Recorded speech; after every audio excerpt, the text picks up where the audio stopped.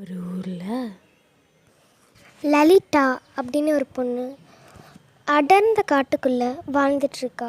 அவளோட வேலை மரம் வெட்டுறது. ஒரு நாள் மரம் வெட்டுற போயிட்டுருக்கும்போது அழுக சத்தம் அவள் காதில் கேட்குது. அந்த அழுக சத்தம் கேட்க அவள் உள்ளே போடுறா. மரத்தையும் தாண்டி உள்ளே போகிறா.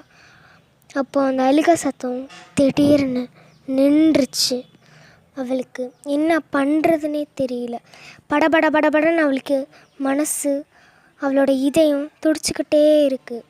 அங்கே உள்ளே போக போக போக போக அந்த அழுக சத்தம் கொஞ்சம் கொஞ்சமாக குறைஞ்சிக்கிட்டே வருது. கடைசியில் அது மொத்தமாக நின்றுச்சு. அப்போது அந்த ஒரு மரத்துக்கிட்ட தான் அவள் நின்னான். அங்கே தான் அந்த அழுக சத்தம் கேட்டது. ஆனால் திடீர்னு அது நின்னோடனே அவளுக்கு என்ன பண்ணுறதுனே தெரியலை.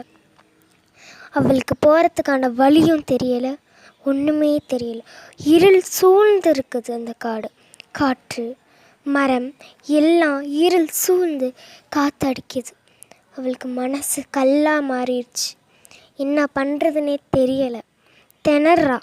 அப்புறம் கொஞ்ச நேரம் அந்த மரத்துக்கு அடியில் உட்காந்தா.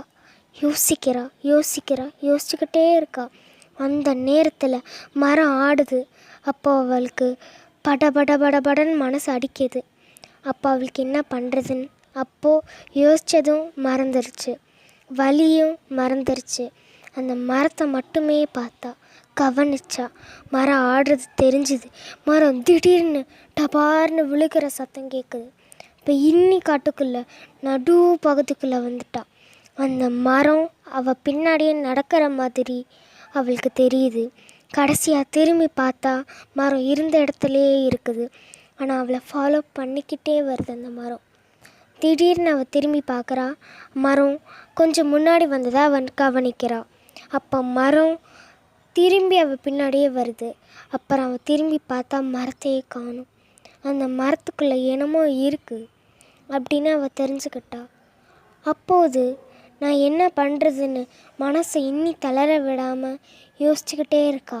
திடீர்னு ஒரு பயங்கரமான குரல், என்கிட்ட வா அப்படின்னு கூப்பிட்டுக்கிட்டே இருந்தது. அவள் மனசை இன்னி தளர விடாமல் போகவே இல்லை. ஆனால் அந்த குரல் அவளை வா வா வா வான்னு கூப்பிட்டுக்கிட்டே இருந்தது.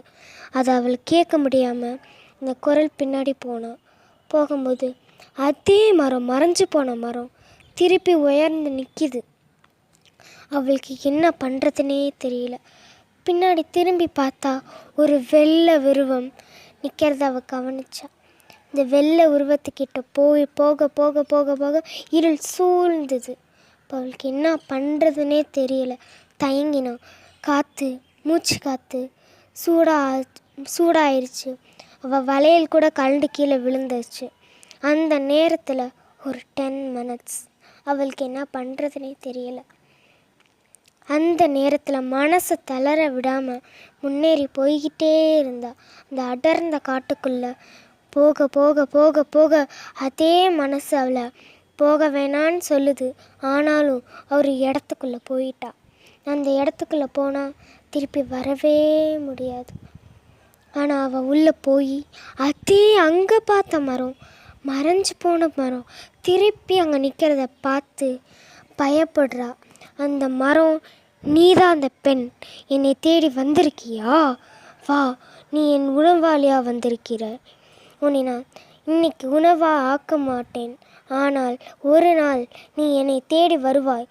இப்போதைக்கு உன்னை நான் இங்கேயே அடைத்து வைக்க போகிறேன் அப்படின்னு அந்த குரல் அவள் காதில் ஒலிக்கும்போது அவள் மனசு மொத்தமாக உடஞ்சி போயிடுச்சு. இப்போ இவ்வளோ நேரம் நம்ம பேசிக்கிட்டு இருந்தது, நான் நடந்துக்கிட்டு இருந்தது, நான் கத்துனது, என்னோட கை வளையல் கலண்டு விழுந்தது எல்லாமே அந்த பேயால் மட்டும் இல்லை, இந்த மரத்தாலையும் தான் அப்படின்னு அவன் நல்லா உணர்ந்துட்டா. கடைசி அந்த மாதம் முடிகிற நேரத்தில் அந்த மரம் அசைஞ்சு அதோட வேரை வெளியே எடுத்து அதோட முழு உருவத்தையும் காட்டுது. அது ஒரு பேயாக மாறி அவளை கொன்னுருச்சு. இதோட நெக்ஸ்ட் வீடியோவை நம்ம அடுத்த வீடியோவில் பார்க்கலாம். இப்போ இந்த கதையை கேட்டதுக்கு சப்ஸ்கிரைப் பண்ணுங்கள், லைக் பண்ணுங்கள், ஷேர் பண்ணுங்கள். தேங்க்யூ.